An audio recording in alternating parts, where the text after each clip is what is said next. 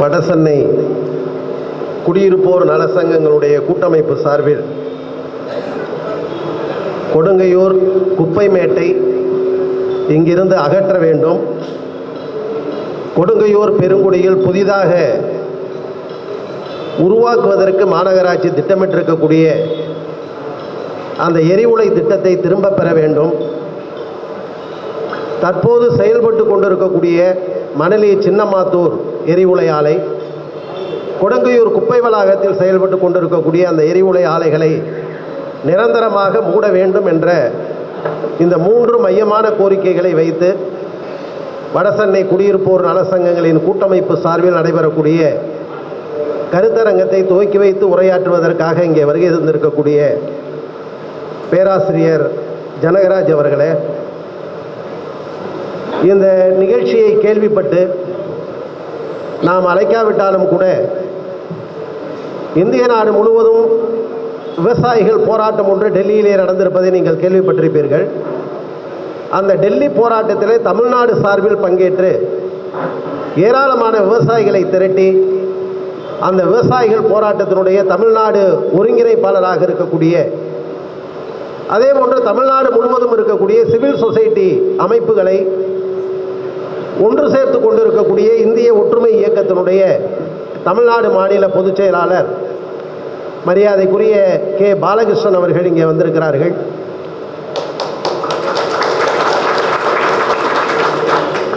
அதேபோன்று இங்கே நம்முடைய தீர்மானத்தை வழிமொழிந்து உரையாற்றுவதற்காக 4வது வார்டு மாமன்ற உறுப்பினர் நம்முடைய அமைப்பினுடைய பொதுச் செயலாளர் மதிப்பிற்குரிய தோழர் ஜெயராமன் அவர்களே,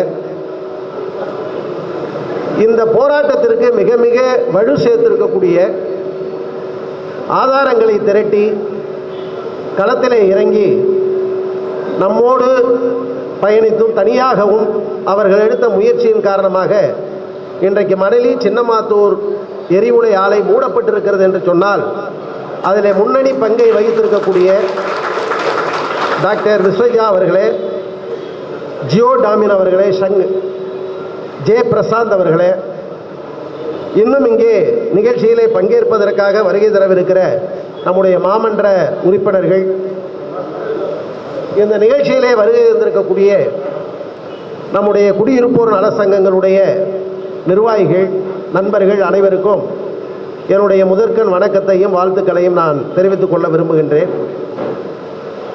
நான் 1-2 விஷயங்களை மட்டும், ஏன்னா நிறைய இந்த துறை சார்ந்த வல்லுநர்கள் இருக்காங்க, எனவே 1-2 விஷயத்தை மட்டும் உங்களுடைய கவனத்திற்கு கொண்டு வருவது என்னுடைய கடமை என்று நான் கருதுகின்றேன்.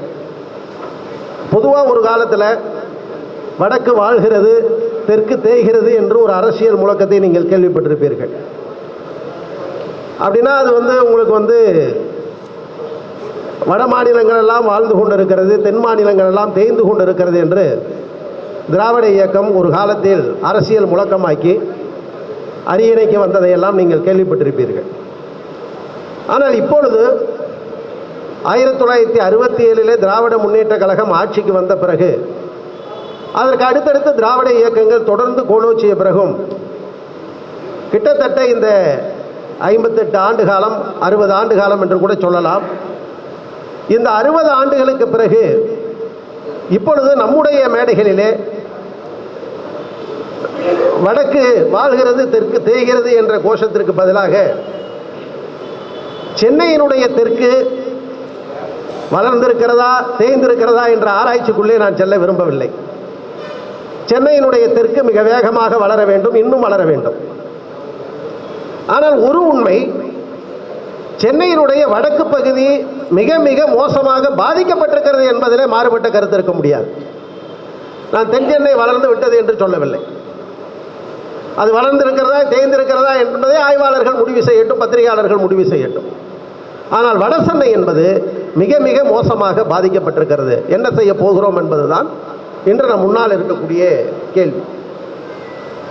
வடசென்னை மக்கள் இன்னைக்கு இருக்கக்கூடிய அரசாங்கத்திடம் தங்களுடைய உரிமைகளை உரிமையாக கேட்பதற்கும் குரல் கொடுப்பதற்கும் நீங்கள் செய்து தர வேண்டும் என்று வற்புறுத்துவதற்கும் தமிழ்நாட்டிலேயே மிக பூரண உரிமை பெற்றவர்கள் வடசென்னை மக்கள்.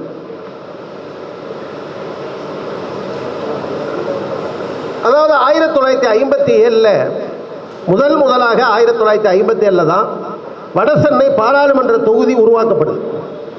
நான் எத்தனை வருஷம் ஆயிடுச்சுன்னு பார்த்தேங்க.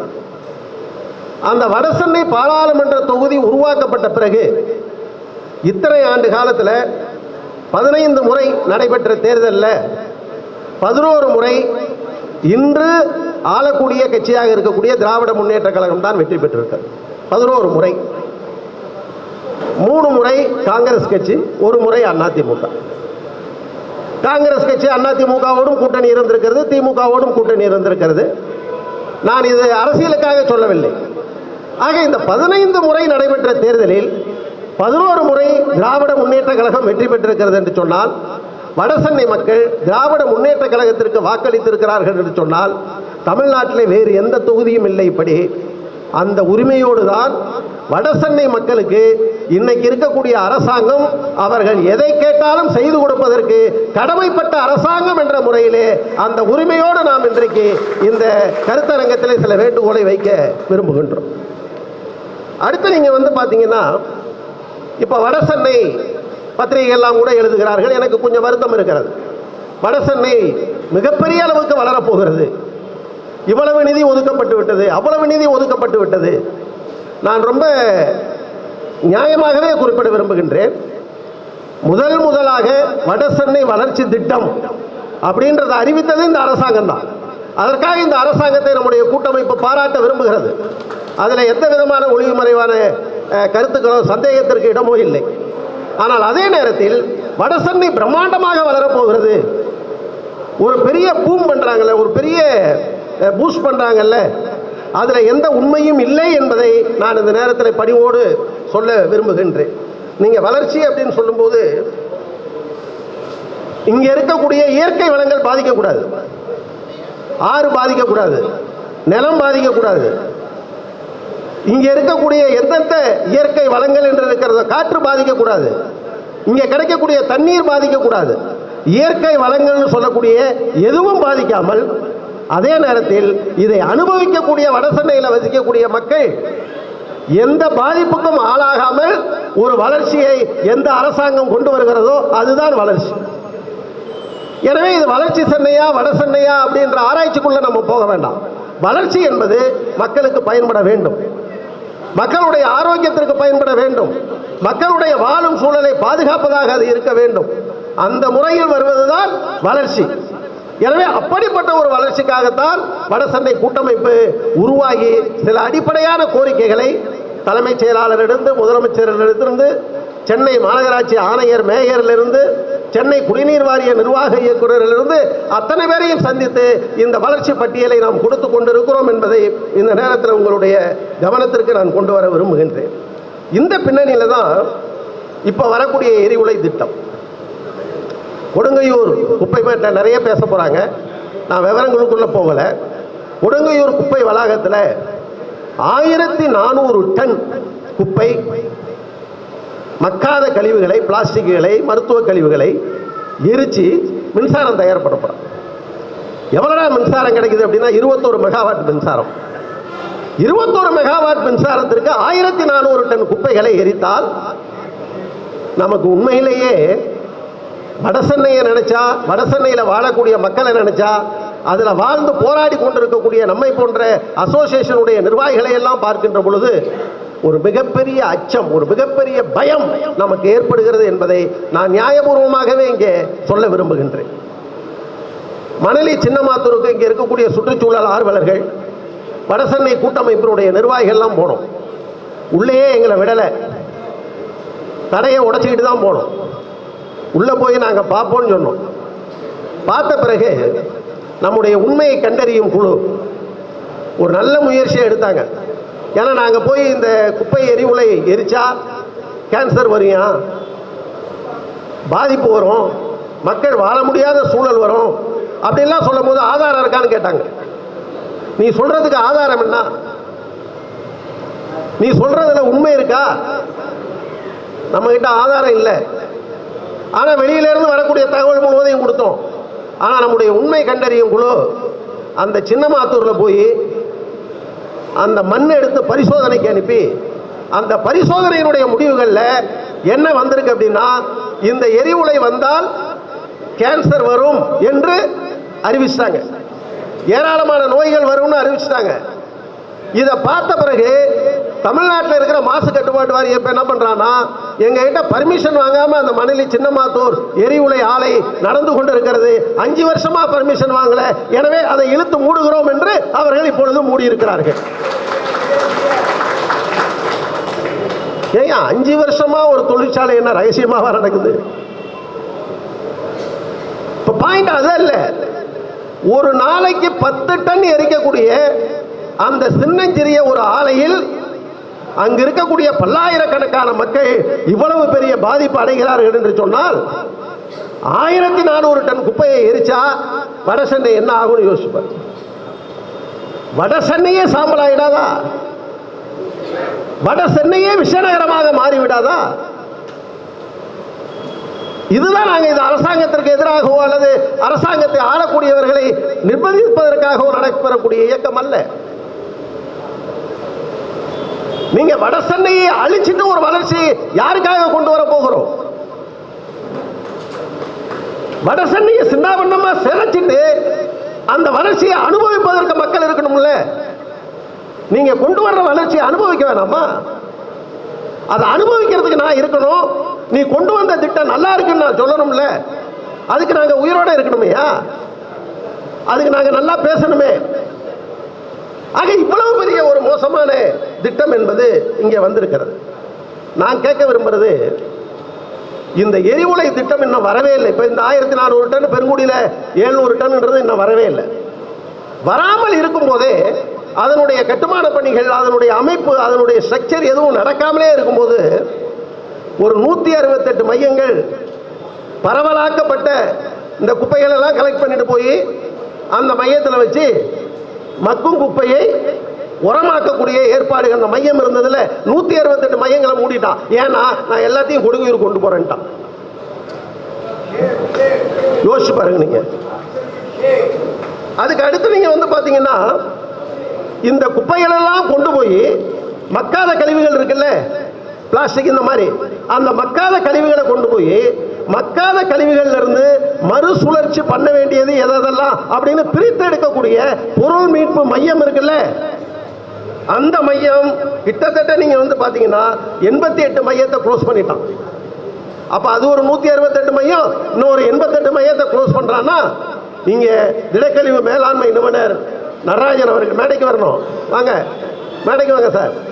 வந்திருக்கிறாரு. ஒரு மனிதன், ஒரு தனி மனிதன், நீங்க யோசிச்சு பாருங்க.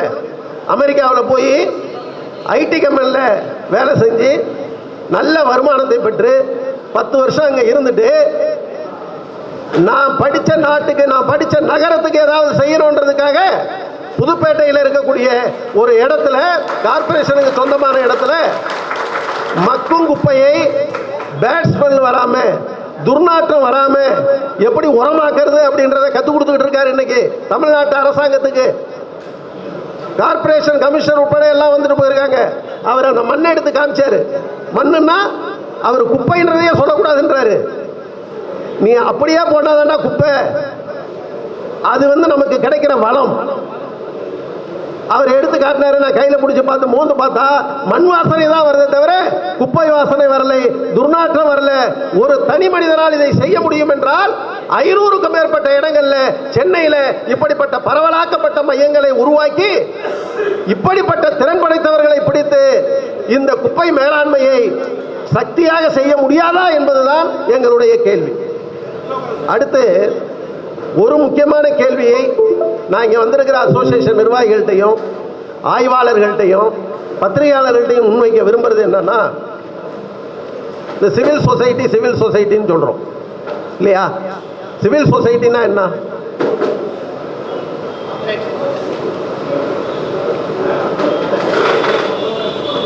சிவில் சொசைட்டி என்பது ஒரு மக்கள் சமூகம்.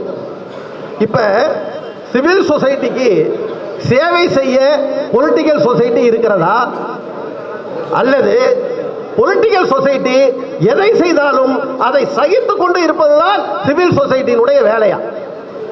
எனக்கு பதில் சொல்லுங்க. சிவில் சொசைட்டி என்பது மக்கள் சமூகம்.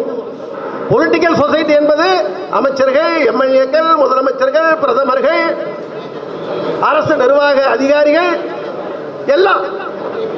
இப்ப நான் கேட்கிறது, இவர்களுக்கு மக்கள் பதில் சொல்லணுமா, மக்களுக்கு அவர்கள் சேவை செய்ய வேண்டுமா? இதுதான் நாம் முன்வைக்கக்கூடிய கேள்வி. எனவேதான் வடசென்னையினுடைய இந்த கேள்வியை நான் முன்வைக்கிறது காரணம், பொலிட்டிக்கல் சொசைட்டி கவனிக்கணும். வடசென்னையினுடைய நிலம் கெட்டு போய் கிடக்கிறது. வடசென்னையினுடைய நிலத்தடி நீர் கெட்டு போய் கிடக்கிறது. வடசென்னையினுடைய காற்று கெட்டு போய் கிடக்கிறது. வடசென்னையினுடைய பெயரும் கெட்டு போய் கிடக்கிறது. இப்ப சிவில் சொசைட்டி நாம என்ன செய்ய போறோம்? இந்த எல்லாம் கெட்டு போறதுக்கு நம்ம அனுமதிக்க போறோமா, அல்லது இதை பாதுகாப்பதற்கு நம்ம ஒன்றாக போறோமா என்பதுதான் இந்த வடசென்னை கூட்டமைப்பு முன்வைக்கக்கூடிய கேள்வி. நான் ஒரே ஒரு விஷயத்தை சொல்லிட்டு நான் உங்களுக்கு முடிச்சிடலான்னு இருக்கேன். இப்ப நீங்க பாத்தீங்க அப்படின்னா, இந்த வடசென்னையில் நீங்க என்னையா வடசென்னை வடசென்னைன்னு பெருசா பேசுறீங்க? வடசென்னையில் அப்படி என்ன பாதிப்பு இருக்கு? தமிழ்நாட்டில் வேற எங்கேயும் இல்லாத பிரத்யேகமான சில விஷயங்கள். நான் சொன்னல, வடசென்னை கெட்டு போச்சு கெட்டு போச்சு கெட்டு போச்சுன்னு சொன்னல. அப்படி கெட்டு போனதற்கு சில அடிப்படையான விஷயங்கள் பாருங்க. பெட்ரோ கெமிக்கல் தொழிற்சாலை தமிழ்நாடு முழுவதும் இருக்கிறது 10. ஆனா வடசென்னையில் இருக்கிறது எத்தனை தெரியுமா? 9. நான் கேட்கிறேன், இல்லையா 10 பெட்ரோ கெமிக்கல் தொழிற்சாலை இருக்கு, அதையே வடசென்னைக்குள்ள 9 கொண்டு வந்த? அடுத்து கச்சா எண்ணெய் சுத்திகரிப்பு தொழிற்சாலை. நான் இதெல்லாம் சொல்றது காரணம், எல்லாம் ரசாயனம், எல்லாம் கெமிக்கல், மிகப்பெரிய பாதிப்பை ஏற்படுத்தக்கூடிய தொழிற்சாலைகள். கச்சா எண்ணெய் சுத்திகரிப்பு தொழிற்சாலை தமிழ்நாடு முழுவதும் இருப்பது வெறும் 6. ஆனா வடசென்னையில் இருக்கிறது 5. எத்தனை மாவட்டம் இருக்கு? எத்தனை மாநகராட்சி இருக்கு? உரம் தயாரிக்கிற தொழிற்சாலை தமிழ்நாடு முழுவதும் 7. அதுல வடசென்னையில் இருக்கிறது 3. அனல் மின் நிலையம் தமிழ்நாடு முழுவதும் 4. அதுல வடசென்னையில் இருக்கிறது 2. இப்போ ஒண்ணு எக்ஸ்டெண்ட் பண்ணிட்டான் 3. இப்ப நான் கேட்க விரும்புறது, ஒரு ரசாயன மையமாக வடசென்னை மாற்றப்பட்டிருக்கிறதா இல்லையா? ஒரு பக்கம் ரசாயன மையம், கெமிக்கல் ஹப்னு சொல்லுவாங்க ஸ்டைலா. இன்னொரு பக்கம் மிகப்பெரிய குப்பை எரிவுலை. இதெல்லாம் வந்ததுன்னா வடசென்னை என்ன ஆகும்? எனவேதான் ஏதோ வடசென்னை வளர்ந்து ஆசையை நம்ம கேட்கல. வடசென்னையுடைய கட்டமைப்பு சின்னாபின்னமாகி சிதைக்கப்பட்டிருக்கக்கூடிய பின்னணியில தான் இந்த எரிவுலை திட்டம் வருகிறது. எனவேதான் இதுல 3 கோரிக்கையை நாங்கள் வைக்கிறோம்.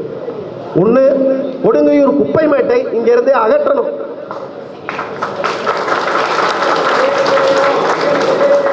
இதை கேட்கும் போது சொல்லுவாங்க, இல்லையா குப்பை மேடை அகற்றினா எங்க கொண்டு போங்க? மக்கள் இல்லாத பகுதிக்கு கொண்டு போ. இந்த குப்பை மேடை இங்க இருக்கிறதுனால தானே நீ எரிவுலை எங்க கொண்டு வர்ற? குப்பை மேடை எங்களுக்கு வேணாம். அடுத்து இப்ப அவங்க கொண்டு வந்திருக்கக்கூடிய அந்த எரிவுலை திட்டம் இருக்குல்ல, அது ஏதோ வடசென்னை தென்சென்னைன்னு சொல்ல. வடசென்னையிலையும் வேண்டாம், தென்சென்னையிலையும் வேண்டாம், பெருங்குடியிலையும் அது வேண்டாம், வடசென்னை கொடுங்கையூரிலும் அது வேண்டாம். அதை திரும்ப பெற வேண்டும். 3வது விஷயம் நாங்க சொல்றது, சின்னமாத்தூர்ல இப்ப தற்காலிகமா மூடி இருக்கு. மாசு கட்டுப்பாட்டு வாரியம் என்ன தெரியுமா சொல்றான்?